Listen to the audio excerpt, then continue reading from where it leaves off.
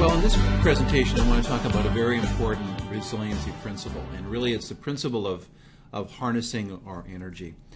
A lot of times we don't think about it. In fact, we take our energy, I think, for granted, but our energy is an absolutely vital component to the whole series of things that need to be in place for us to accomplish the important goals or missions that we have in front of us. You know, whether you're a senior executive having to lead an organization and a team to accomplish your goals and objectives, or simply just a parent where you want to do a good job in your parenting, the energy that you can bring to that task is vital to its success.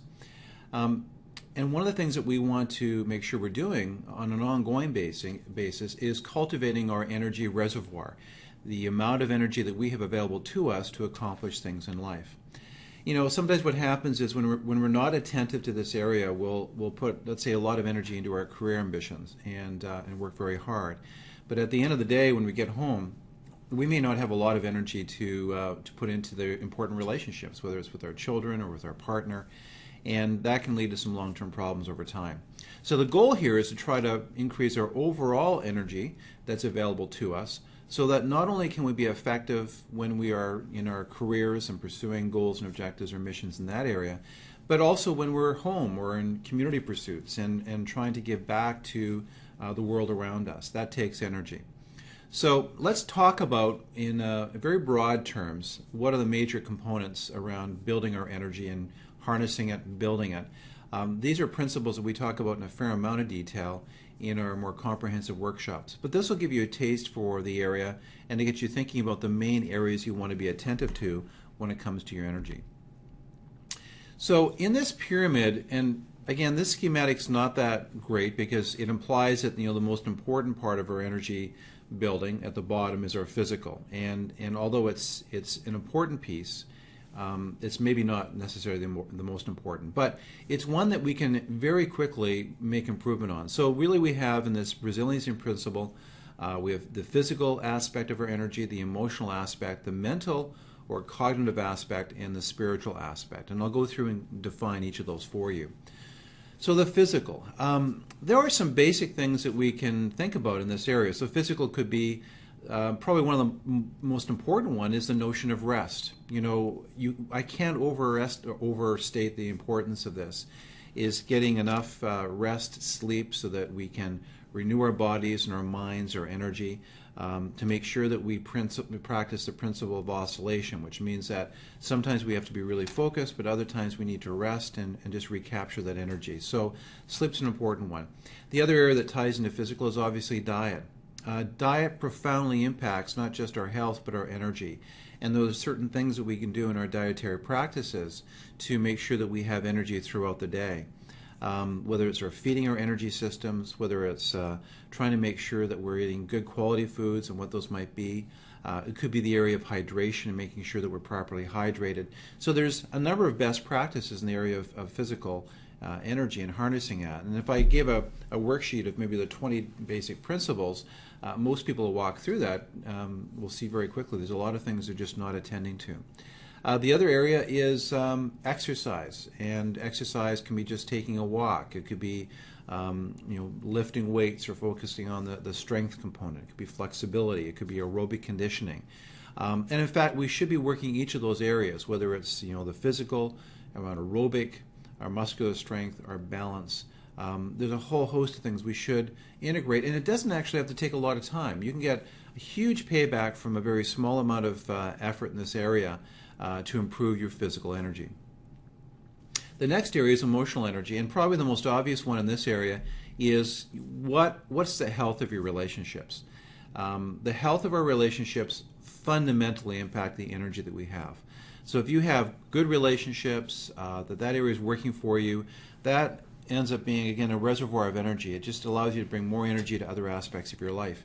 If you're an employer and you've got staff working for you, you can virtually guarantee that if things aren't going well in the relationships, either in their direct reports, the people they're working with, or the relationships at home, that's going to have a negative impact on their ability to bring energy, creativity into your organization. So we can't ignore this. Emotional energy, emotional health is critical as we look at the whole energy dynamic.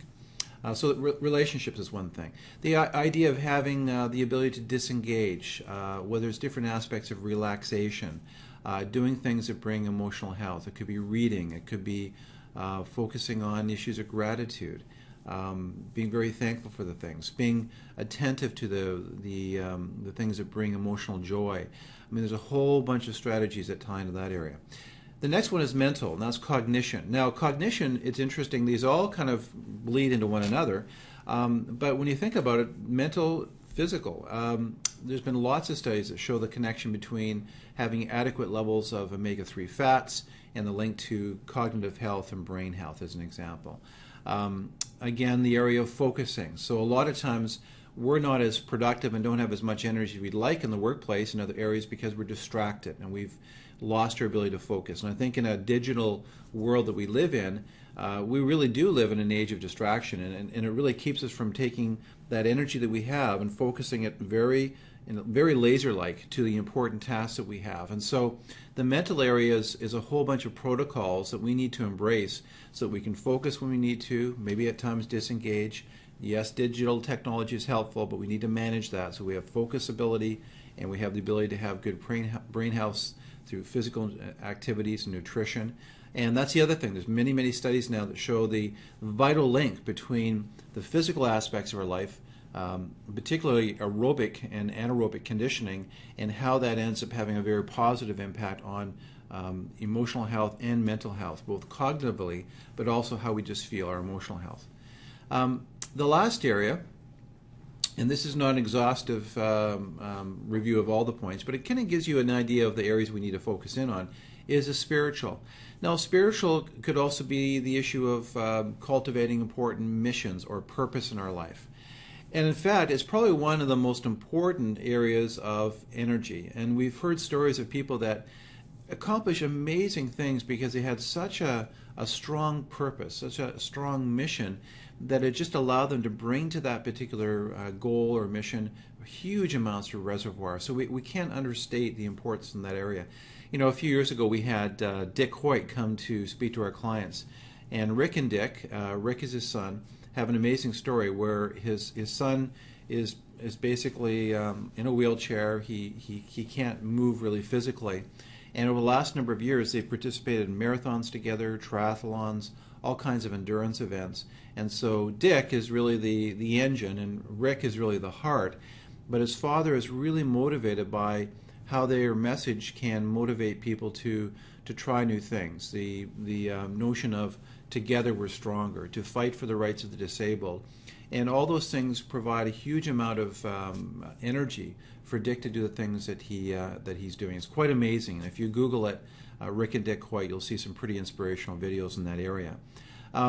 Spiritual traditions bring a huge amount of purpose to people's lives. And so, you know, whether or not you cultivate a spiritual dimension to your life or embrace, you know, big ideas, big purposes, you know, it's an important part to keep in mind.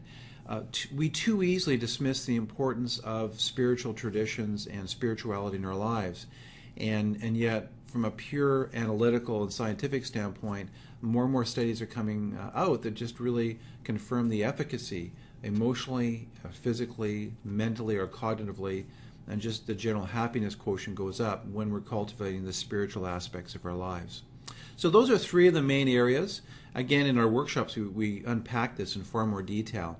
But if you're feeling a little bit under energy right now, you don't really have the energy you'd like, you're looking for ways of improving your energy, my encouragement is the first thing you should do is do a bit of an audit. How are you doing in each of these areas? Maybe you're working out regularly, but your diet's not that great. Maybe you're working out and you've got purpose in your life, but there's some relationships in your life that need to be worked on. You really need to focus on those to get some of that garbage or that negative energy out of your life so that you can move forward. Maybe in the area of spirituality or purpose, you really don't have a purpose. You're drifting, and you need to sit down and really think about what are your gifts, your abilities. What can you give back to the world? Because ironically, when we give to the world, it does give back to us in terms of energy, happiness, fulfillment that can help you achieve some of your personal goals and objectives. Anyway, I hope that you found this presentation helpful, and if you have any other questions or want to get more information about our programs, don't hesitate to visit www.takechargeofchange.com.